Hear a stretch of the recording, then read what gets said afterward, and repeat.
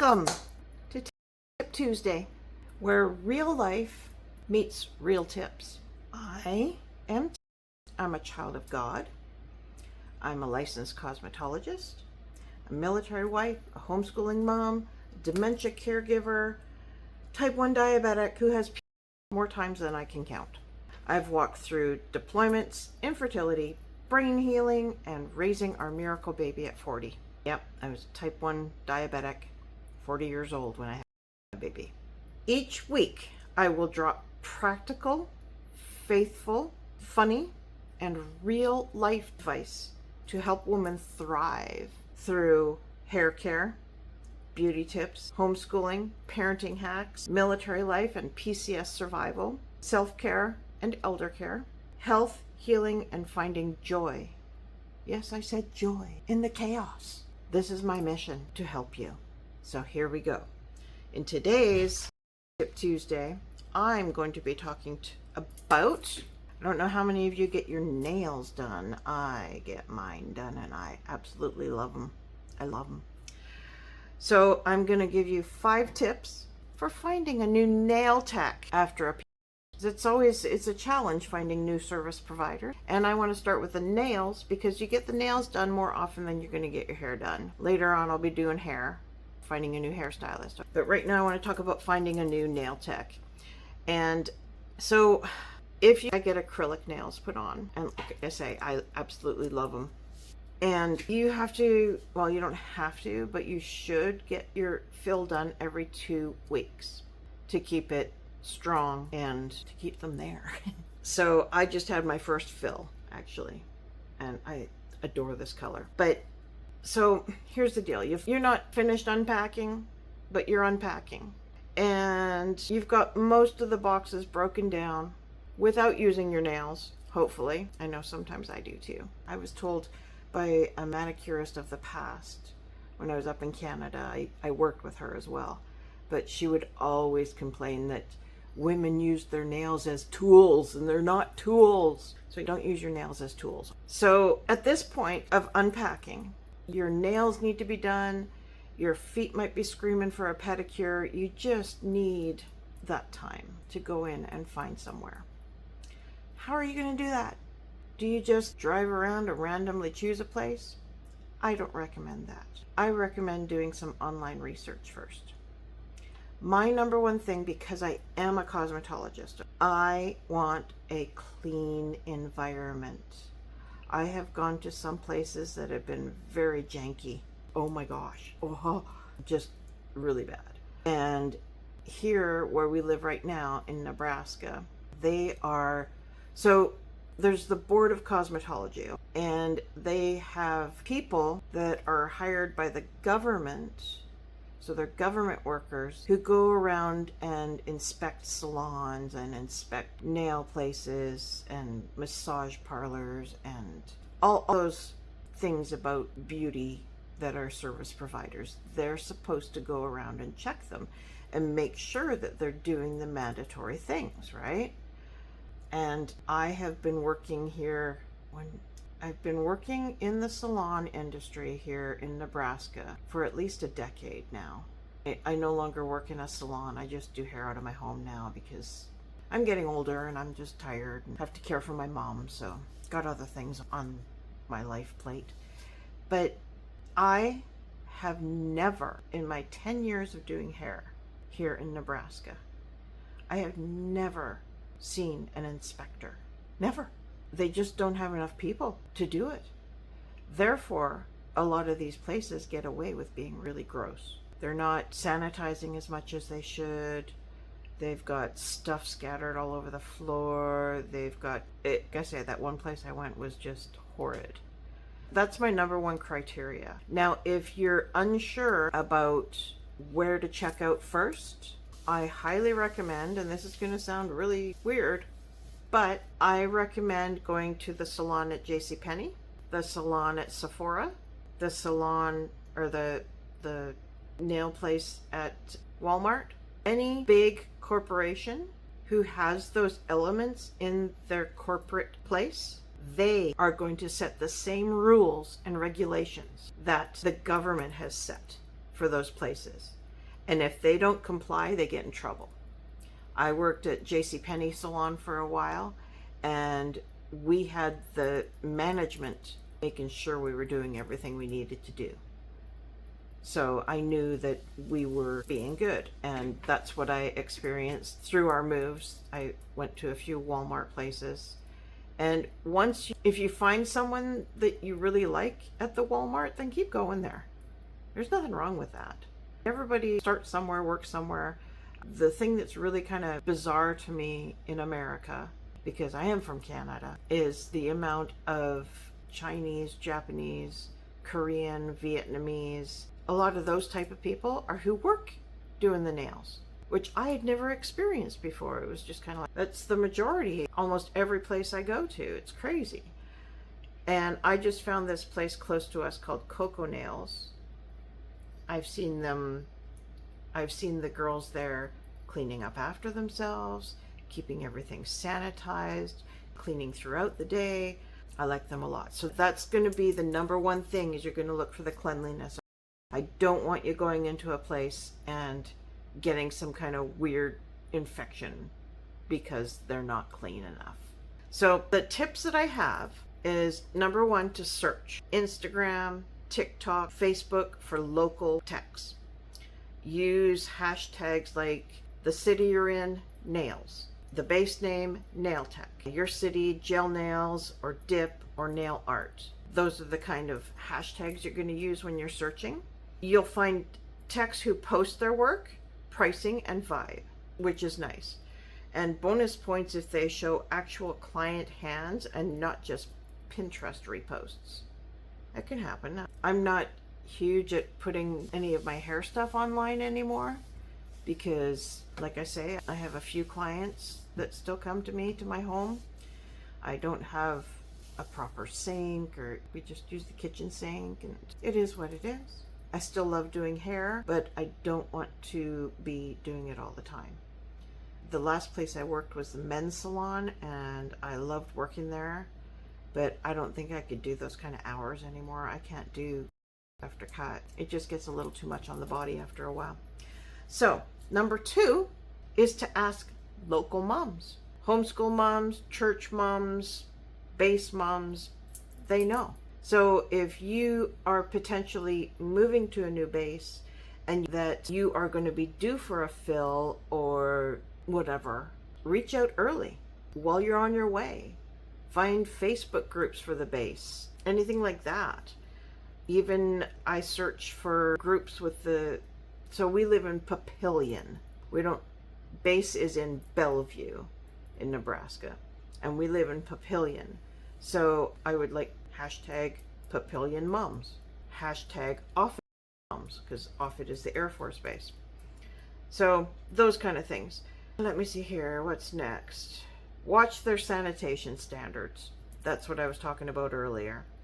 Are their tools sanitized? Are they using liners in the pedicure bowls? Do they use a fresh file for each client? Your nails are cute, but not worth fungal survivor. You don't need to have a fungal infection from whatever. Number 4, look for consistency over fancy. A cute salon is great. It's cute. But the real gold is in techs who run on time, respect your nail goals, don't rush or ignore you.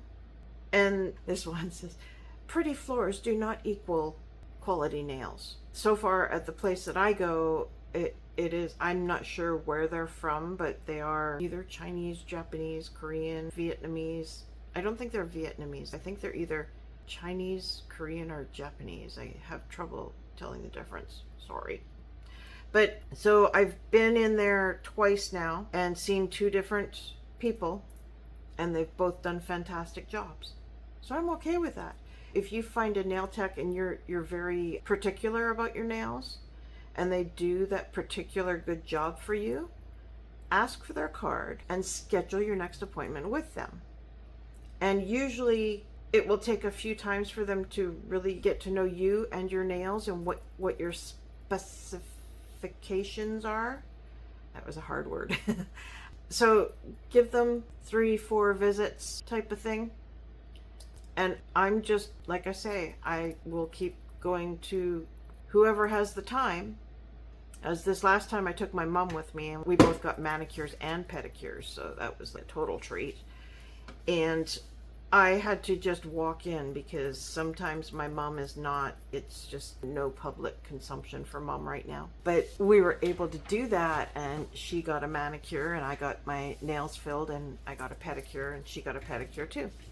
So we spent quite a bit of time there, and they were so kind, so sweet. And I know it's clean and I know I can trust it.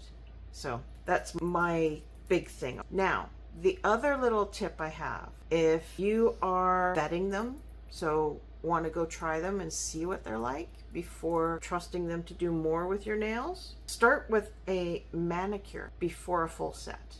All right. That is if you don't already have a set to be filled. And if you do have a set to be filled, if it's gel, stay with gel. If it's, stay with acrylic, whatever it is. I have had moves that I did, oh gosh, which one was it? There was one move that we did that I let my nails grow out, and I did soak off the acrylic.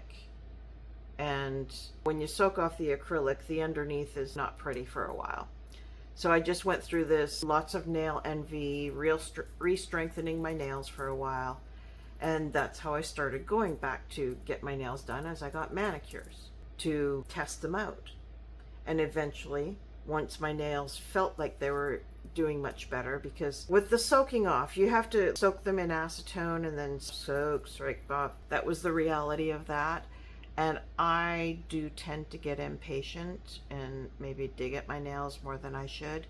So part of the damage to my nails was my fault, not the acrylic and not them. So I had to really work on healing my nails for a while before I went ahead with a new set.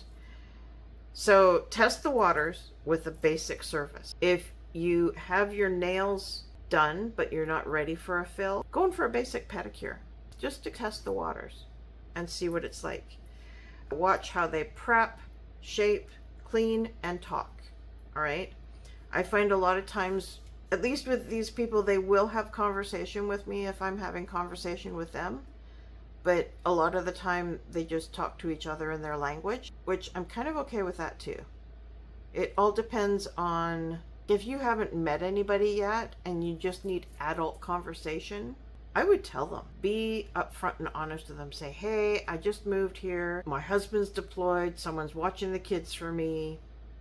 I just need to talk to an adult for a while. Is that okay if we have a conversation while you do my nails or do my pedicure? If you prep them for that, then they're ready for it. If you just sit down and start chatting, they're not used to that. So that's another little tip thing I have. If you feel heard and not judged for your mom hands, book that full set with confidence. So let's review. Number 1 is search hashtags on Instagram and the TikTok or whatever platform you use. Number 2, ask local moms where they go, what they like, what they get done, all that stuff. Have a good conversation about it. Number 3, watch the sanitation. Make sure that they're doing everything they need to do. So not just throwing their used tools back in there. If they have a different container for their used tools, then it's okay for them to just put them in there. They're going to take them and they're going to sanitize them and repackage them again. I like this place that I go to because they pull their tools out of a clean bag. The tools have been cleaned, put in a bag, the bag has been sealed. So they have to rip open the bag to get them. That makes me feel extra safe as well. So just be careful of the sanitation standards. And if you have any questions to ask me about that, please reach out. I'd love to answer any questions about that.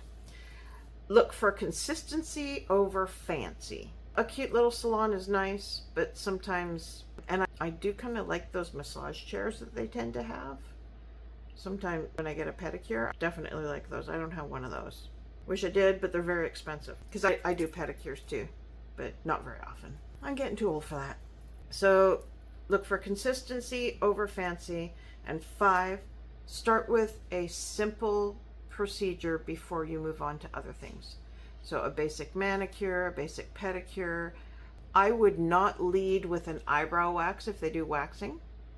I would lead with getting this waxed or something like that that's not as, because eyebrows, I've got very fine eyebrows and I've had them shaped too thin before, and that is the battle I've gone through ever since then, because they've never fully grown back.